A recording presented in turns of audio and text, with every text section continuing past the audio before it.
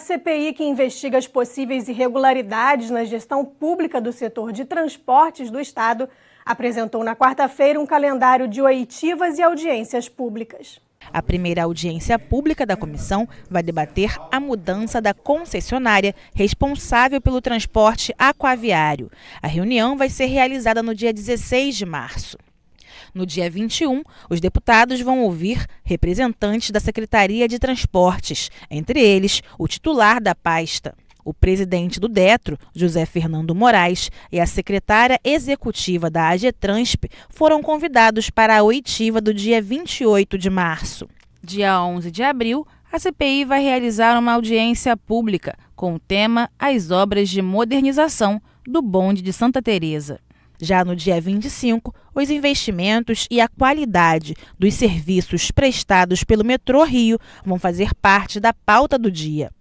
A última reunião será para debater o transporte ferroviário e os teleféricos no dia 9 de maio. O presidente da CPI, deputado Eliomar Coelho, disse que espera contar com representantes da Secretaria Estadual de Transportes em todas as reuniões. Tanto nas audiências públicas como nas oitivas, a Secretaria de Transporte, o sistema, a representação do sistema de transporte público no estado do Rio de Janeiro, essa representação vai estar presente, inclusive também a Procuradoria-Geral do Estado. Ainda na quarta-feira, a Alerj instalou uma comissão parlamentar de inquérito que vai investigar a operacionalidade e os resultados da política de segurança baseada nas unidades de polícia pacificadora. A Alerj instalou nesta quarta-feira a comissão parlamentar de inquérito que vai investigar a operacionalidade e os resultados da política de segurança baseada nas unidades de polícia pacificadora. O presidente da CPI vai ser o deputado Bruno Dauari, que destacou o volume de recursos recebidos pelo setor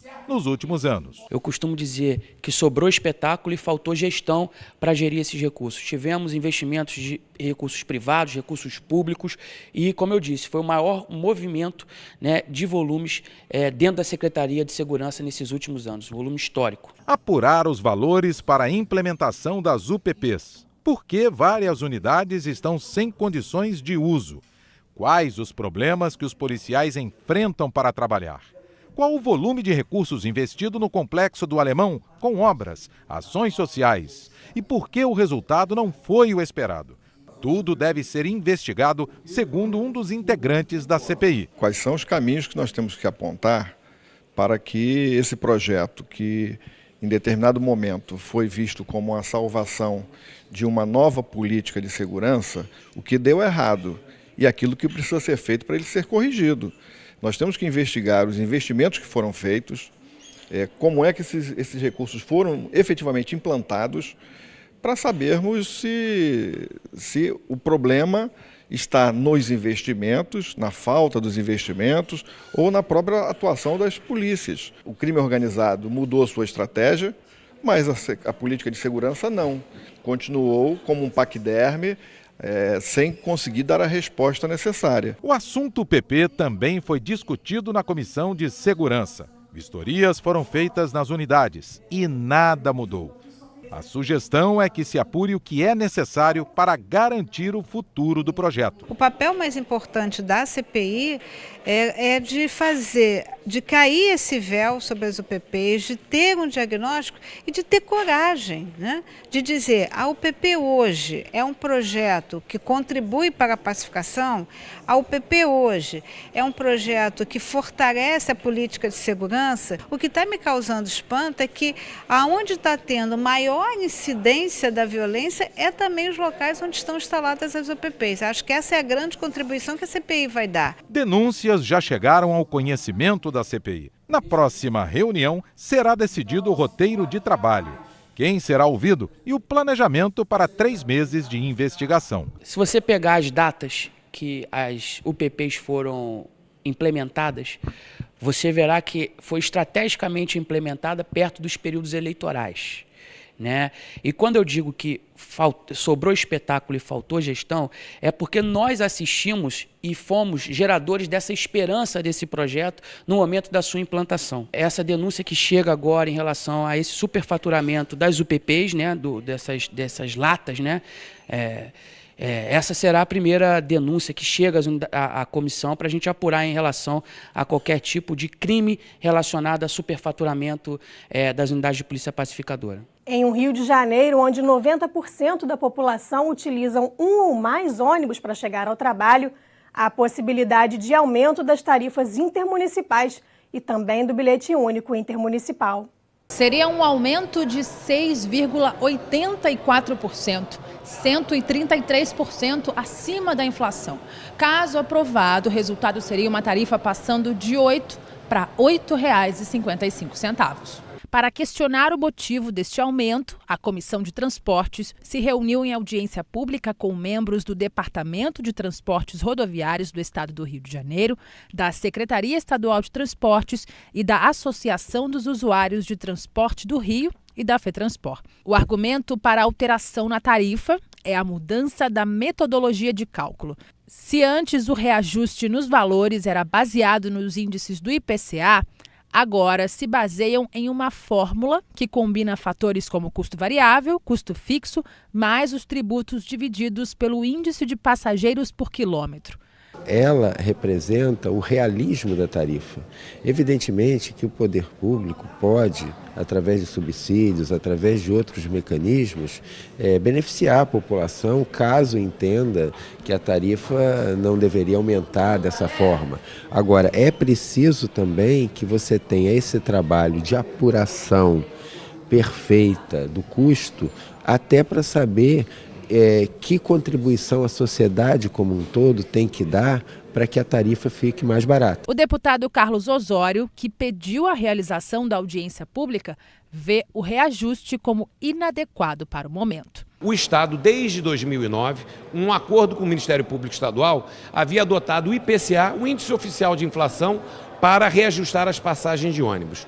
No ano que o IPCA atinge o menor índice de sua história, menos de 3%, é o ano que o Estado decide mudar a metodologia e, em vez de dar o aumento para o morador da região metropolitana de menos de 3%, acaba adotando um índice de reajuste quase 3 vezes o índice da inflação. Na minha opinião, isso foi feito num momento inadequado e agora, depois da apresentação, ficou claro que a metodologia escolhida também é inadequada. O principal questionamento dos representantes da Comissão de Transportes é que os dados em que se baseiam os estudos do Detro foram fornecidos pelas empresas de transporte. Como acreditar que um ator que é super interessado em ter um percentual maior de reajuste das passagens, como são o caso as empresas e como é a FETranspor, seja a partir deles que vai ser reajustada a tarifa? Então eu acho que não tem inovação nenhuma. Infelizmente, permanece uma situação em que os barões dos transportes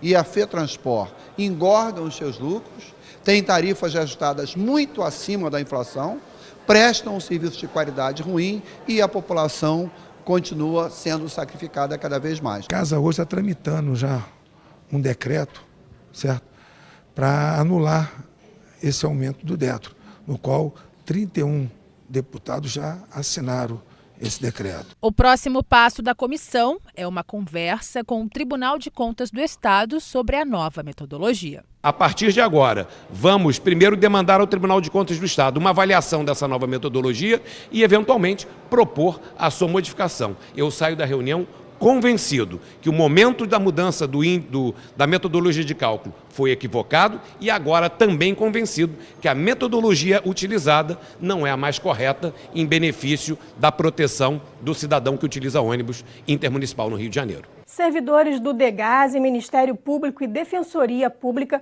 cobraram melhorias no sistema socioeducativo durante a audiência da Comissão da Criança, do Adolescente e do Idoso. As unidades estão superlotadas e em condições precárias. A reunião discutiu a morte de 2 internos no educandário Santo Expedito, em Bangu, no final de fevereiro. Após o crime, a Justiça proibiu novas internações na unidade, que tem capacidade para 232 jovens, mas já abriga 532. O diretor-geral do DEGASE, Alexandre Azevedo, disse que a ampliação do sistema é urgente. Desde 2006, o governo promete a construção de 2 novas unidades em São Gonçalo e na região dos Lagos, que não saíram do papel. Hoje, há 986 vagas e 2.100 internos no sistema. Mas, para a Defensoria Pública, é preciso adotar medidas alternativas ao encarceramento. Existem medidas, uma medida intermediária, como a semi-liberdade, em que ele fica durante a semana numa unidade do DEGAS e vai para casa no fim de semana, mas ele sai para estudar, para fazer cursos, se ele tiver algum trabalho, mas ele dorme na unidade. E as medidas em meio aberto, que não são executadas pelo Estado, são executadas pelo município, que é a liberdade assistida e a prestação de serviço à comunidade. Nós entendemos que essas medidas são medidas que deveriam ser mais aplicadas e estimuladas, porque primeiro que são medidas mais baratas. Se a gente comparar o orçamento do DEGAS, o quanto que é gasto para encarcerar, é muito mais do que o orçamento para se manter um programa da prefeitura que atenda adolescente meio aberto. A falta de efetivo nas unidades também foi relatada como um dos problemas que aumentam a insegurança dos internos. Segundo o sindicato da categoria, 158 aprovados em concurso de 2015 ainda aguardam nomeação. A gente tem um problema de uma demanda represada desde 2006, onde deveriam ter sido construídas através de um TAC, um termo de ajustamento de conduta, entre o Ministério Público e o Governo do Estado, 4 unidades. Só que só foram construídas 2, uma em Campos e outra em Volta Redonda, que também estão superlotadas. Falta investimento, falta estrutura, falta efetivo. A gente está com uma turma de candidatos do último concurso, que está formada desde 6 de dezembro de 2015. Isso é uma coisa que vem se arrastando, a casa vem intermediando junto ao governador para que eles sejam nomeados e isso vem se arrastando e a gente não consegue efetuar. Uma nova audiência vai ser marcada pela comissão para continuar discutindo o tema. A partir dessa audiência a gente vai poder tocar ponto a ponto da questão que leva a essas mortes dentro do sistema socioeducativo. Porque as mortes vêm acontecendo, 2 anos para cá tem aumentado, tem acontecido com mais frequência. E o porquê nós já sabemos, os diagnósticos estão aí. A superlotação, falta de agentes, uma série de fatores que chega a culminar em mortes dentro do sistema. O Alerj Revista fica por aqui. Você pode acompanhar a programação também em nosso site e pelas redes sociais. TV Alerj, o canal do povo fluminense.